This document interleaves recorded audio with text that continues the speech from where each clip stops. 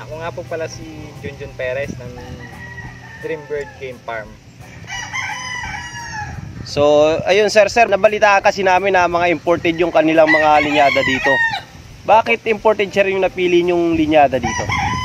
Opo. Unang-una po ay katulad po ng mga idol namin na mga sikat na breeder, katulad ni na Red Game Farm. Yun po kasi yung mga ginagamit din namin baseline. Ngayon po sa kagustuhan namin makapagpaganda ng mga materyales, nalaman namin na doon sila nag-i-import kay Mr. Dink na Kentucky.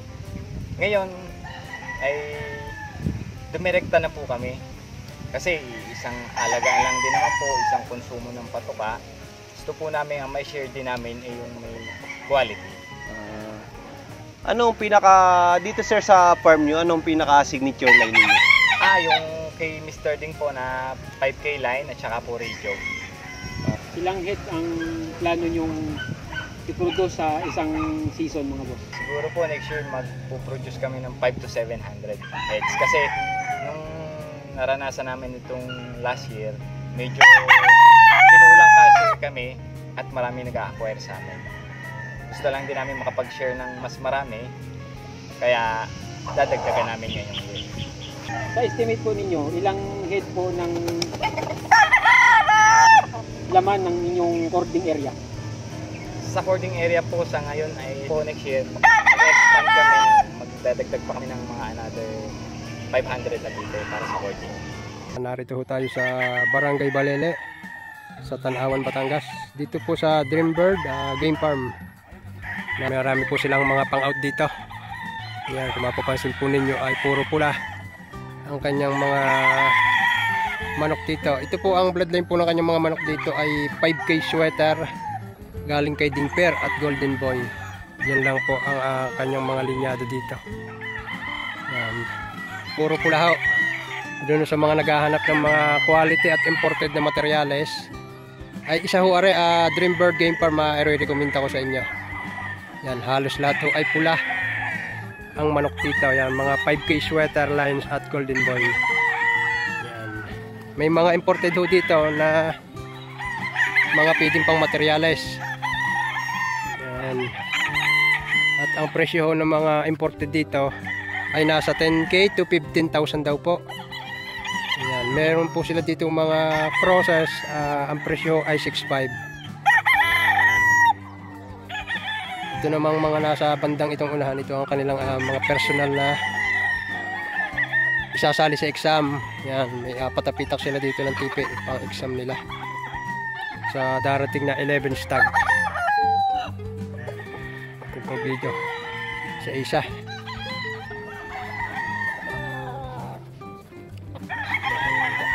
Pogi. Yan o, napakagandang manok. 5K sweater pure.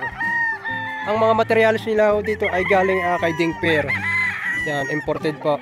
Galing pa po na kilala nyo naman po si Dingper. Kung sino siya. Yan. Kung sa mga interesado, areho din lang sa Barangay Balele ng Tanawan.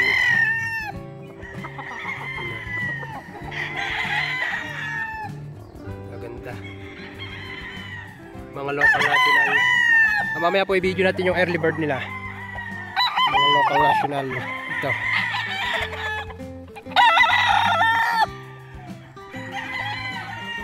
Itong nasa wing ito, puro mga pang-out ho nila yan. Yan.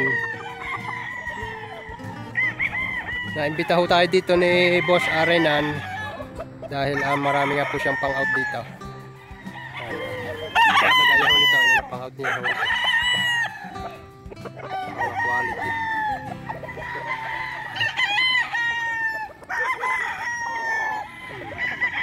Makaika naman ninyo ay ako isang manok ang binibidyo. Yan ay puro pula. Yan, kaganda ang mga sukat itong mga manok na ito. Pinakamataas na sukat ito ay medium high, pero karamihan ay medium size na. Yan.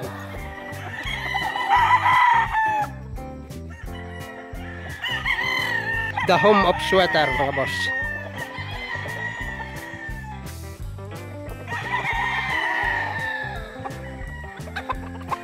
Mga quality na Good stag.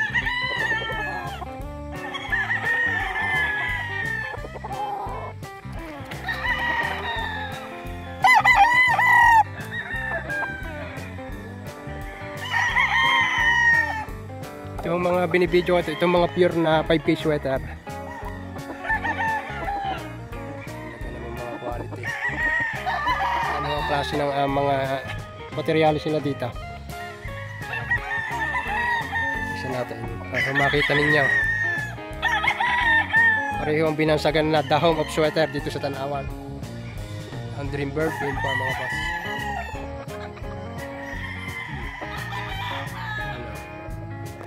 Yung mga kasama tayo mga vlogger dito. Yan, meron pa isa.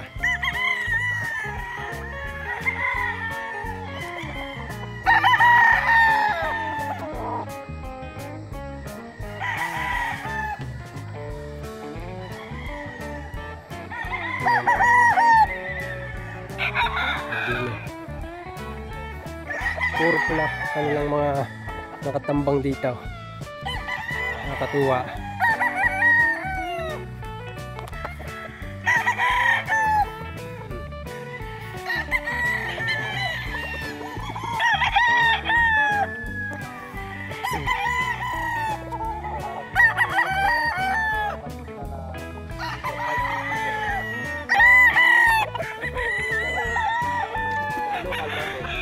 Local national.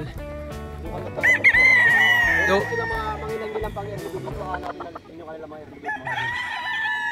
Ganda siya yun ah. Ang nakahapong nga rin. Yung sa kasama natin na magsasabi sa University, katropa mo ako ayan. Isa sa mga membro ng Team Guwapo't Magaling.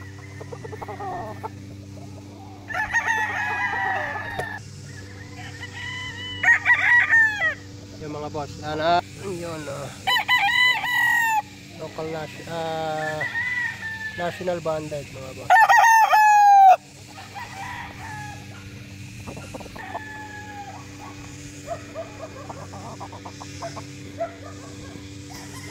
Ayan mga boss, yun ang ilang mga sampul pa lang yan.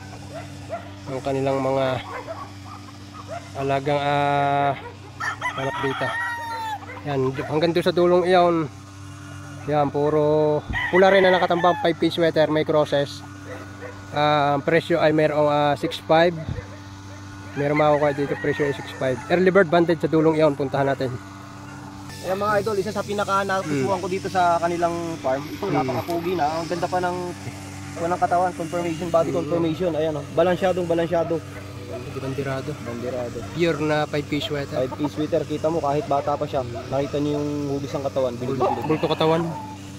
Ayan. Materialis to mga idol. Oo.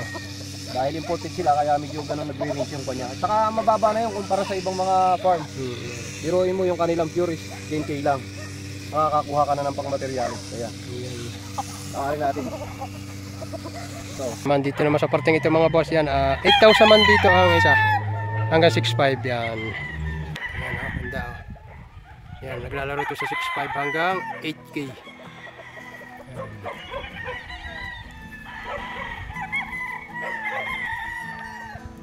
Yan yan.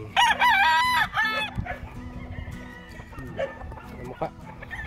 Karamihan ay pikom ang kanilang mga itsura ng mga pandita.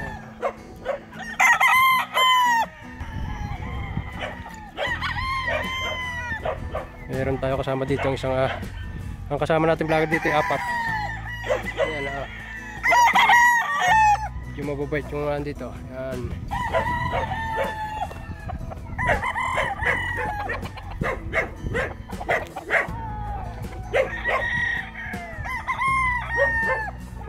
Sweater. The home.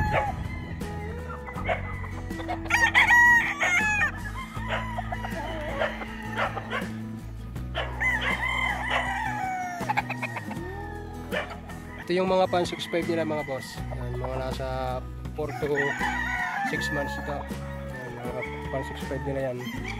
Iba-iba, tatago. Itong hilirang ito, bali 4 na tiping itong hilira. Yan, pang 6.5 nila.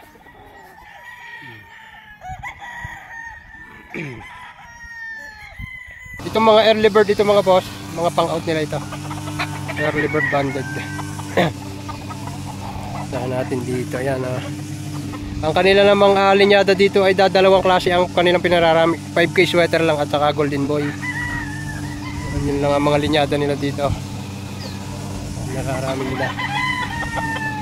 Yan, dito daw sa kuwang ito, parting ito. Makakuha kayo dito 6.5. Siguro eh, presyo pa lang yun. Maaring mabawasan pa.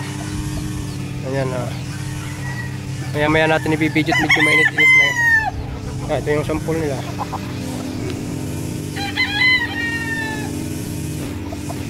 Ngayon yung magiging background ko. Sorry ah. Malilo mo. Malilong pa.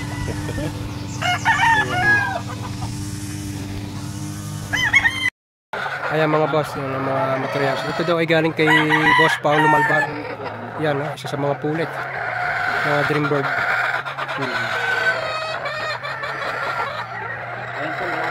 Ito yan, isa naman itong Pure Boston. Galing naman kay Idol Martin Esculin yan.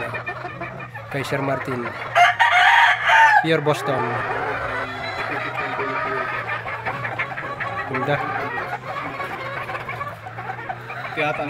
Ito naman isang allen na round head, galing kay Sir Budget naman ito. Ayan, marami silang dito pulet na nag-uumpisa na kay pare mag-breed na. Nag-uumpisa na mag-breed sina Sir dito sa Dreambird yan. Yan ang ilan sa mga materialis nila dito. Ayan. Hindi dito. Yan. Pero karamihan dito nilang pulet ay 5K sweater at golden boy yan.